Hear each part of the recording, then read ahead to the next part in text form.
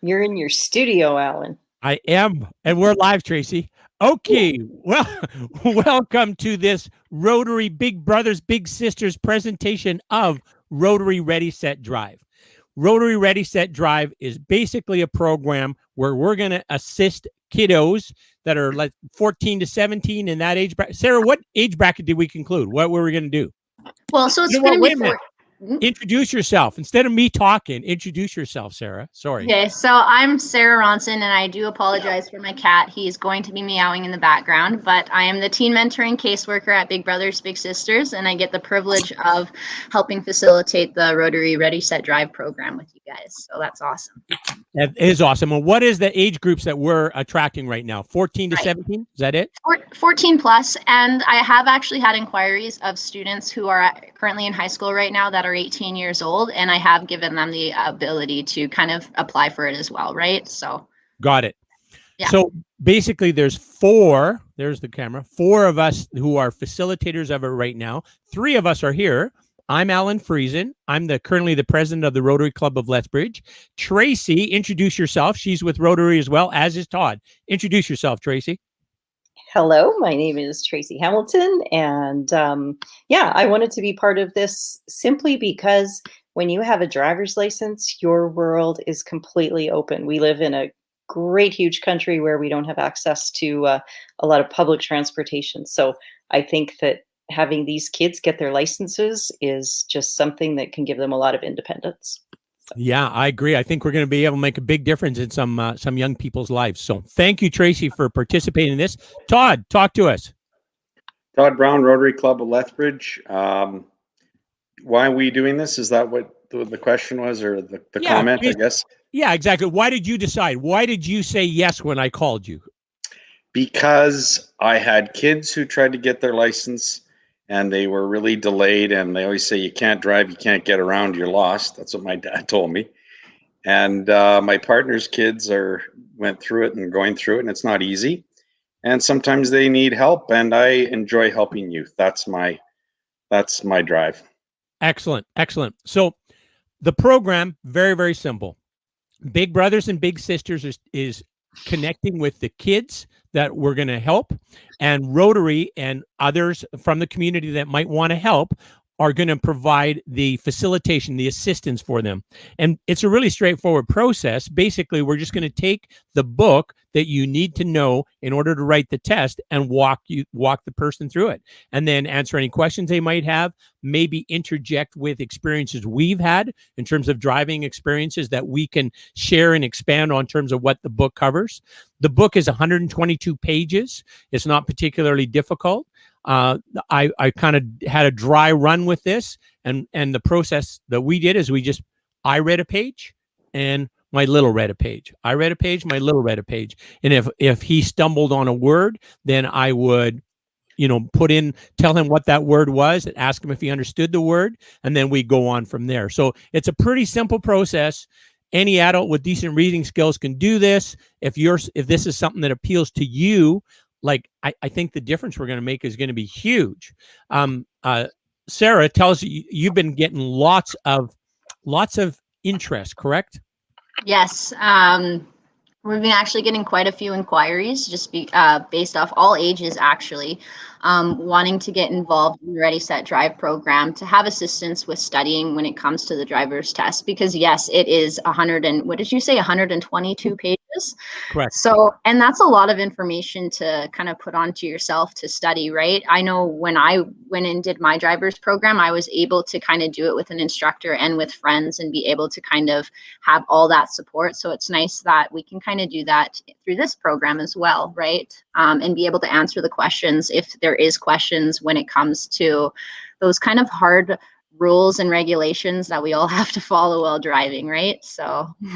Yeah. So before we started, Sarah was telling me she'd reply to an email and she'd get another one to reply to. So there's been quite a steady flow of interest in this.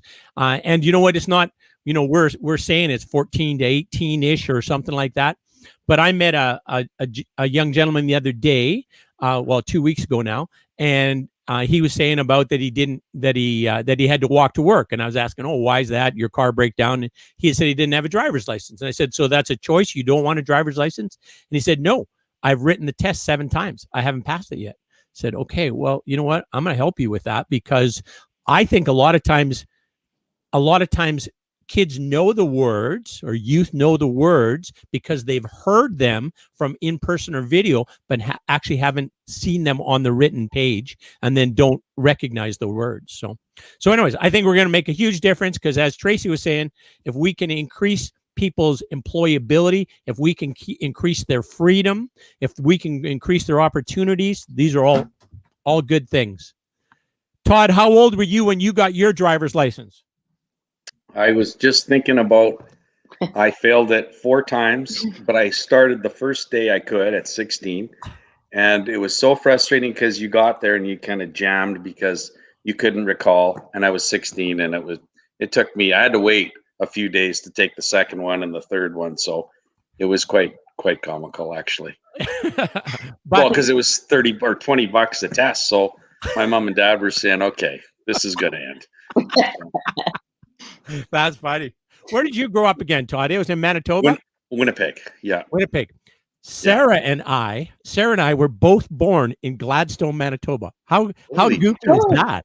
Hey, there's a big rodeo in Gladstone, isn't there? Is there? I'm pretty sure there's I just can't remember the name. decent rodeo there. Yeah, so that was kind of funny.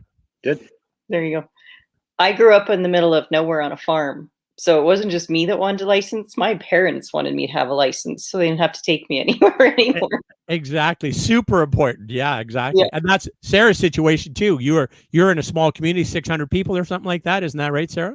Absolutely. Yeah. And yeah, you need to rely on having a driver's license and able to get anywhere, like no job offerings, right? So you have to travel to get a job as a teen and all that other stuff, right? So struggles. Exactly. So we're just sharing this message with you. If you have a youth that needs to get a driver's license, needs some help, needs some support or encouragement to do that, send them our way. Actually, contact Sarah, and her email address is right there, info.leth@bigbrothersbigsisters.ca. There's the words. So send an email to there. If you are somebody who wants to facilitate to help these young people to get their driver's license and help them have more opportunities and a better life, then contact me. My name is Alan Friesen, and you can certainly give me a shout. My cell number is 587-220-8840. You don't have to necessarily be part of Rotary, but we would definitely tell you about Rotary if that's something that's of interest to you as well. I don't know if we had much else to share besides that. Tracy, you got any other words of wisdom you want to share? Nope, we're just ready to help. Exactly. Todd, any other thoughts? Just a question. Would there be a need to help them get help them practice for their actual driving exam? Because they get their learners, and then soon after, maybe some of them are like the 18-year-olds and 16-year-olds, they want to go get their learners, then they want to go get their license right away. So is that part of us to do, maybe possibly help them with that, or no? I think that's going to be an individual adult's decision. That's not what we're saying when we're talking about attracting other people. We're saying to help them do the written part. Now, sure. if one of us takes on that we're going to help somebody to do the driving part, I think that's awesome, right? I met the young guy that he has his written part, but he can't parallel park, and his significant other can't parallel park. I don't know how she passed, but anyways, doesn't matter. I said, listen, I can help you. I know how to parallel park. I can teach you how to do that. So I think that if we decide to do that, I think that's awesome. But I don't think that's what we're asking people to commit to. I think it's more than, that might get a little bit too heavy a commitment for some folks, right? So yeah. Sure. And for our listeners as well, you know what? I think a guy like Todd, if he wanted to do that, he'd have access to cars, because down at Lethbridge VW, you got lots of cars around there, don't you, Todd? Absolutely. And you hit the button and it parallel parks it for you. Hallelujah. So we won't tell the instructor. We'll just get the kid to hit Exactly. it. That's even a better deal. They take Yeah. one of those cars for their driving test that has the Test. button. Yeah, I've done that with some of the kids. So, Have you really? well, I've got them cars because with some of the youth, when we were in the youth deal with doing the exchanges, some of those kids wanted driving tests, and their parents didn't have cars like that they could drive. They maybe an old truck, and they weren't going to take that. So we'd lend them a Volkswagen and get their test done. So Nice. And the auto parallel park thing, that's okay. Like the driving instructors don't care about that if they yeah, use they that? do. They do. Yeah, I think they do, and because you have to go past the spot, and then the car measures as you're going by how big the space is and how far you are away from the car beside. Then you hit the button, and it backs it in for you. It's pretty cool because you don't touch the steering wheel; it moves all for you. Yeah. Just watch it. Cool. I don't think I got anything else to share. Are we all good? Any other closing things? We encourage you to be part of the program. We encourage you to be a facilitator of the program. Todd, what were you going to say? So somebody going to get a hold of us with kids and line that up? You're going to do that. Okay. Yeah, Sarah? so what I did is I sent out a mass amount of applications yesterday. So I'm just waiting on back for all the kids to send them back, get them signed up. And then what I'm going to do is I'll probably get in touch with all three of you just to decide on which days you guys choose to do. Right. And then we'll kind of just fill the slots as they go and kind of go from there. I can also send you guys all the information next week sometime about kind of the resources and all that, the stuff, the handbook that, oh my gosh, you guys were talking about. And then, so I may actually made the handbook into PowerPoints as well. So when you guys are going through them, you can even screen share it. So just all. That's awesome. I have one question. I know big brothers, big sisters with the bigs and the littles, it's always same gender. So is that going to be the same way? Because we're virtual, so I wasn't sure if that's a good question. It is a really good question. It kind of really would depend on whether or not if the child is comfortable with, say if they're a female, if they're comfortable with a male instructor, right? So it is kind of good that we have a little bit of diversity when it comes to our instructors as well, because then if in the case that is a preference, we can kind of always kind of go from there and kind of split the kids up that way as well. But it would look a little bit different because it is a different type of program. So we'll see. We'll go from there and we'll see how it kind of looks come the start days. We're basically just kind of figured out as we go, Tracy. And I think Sarah, we wanted to just get started.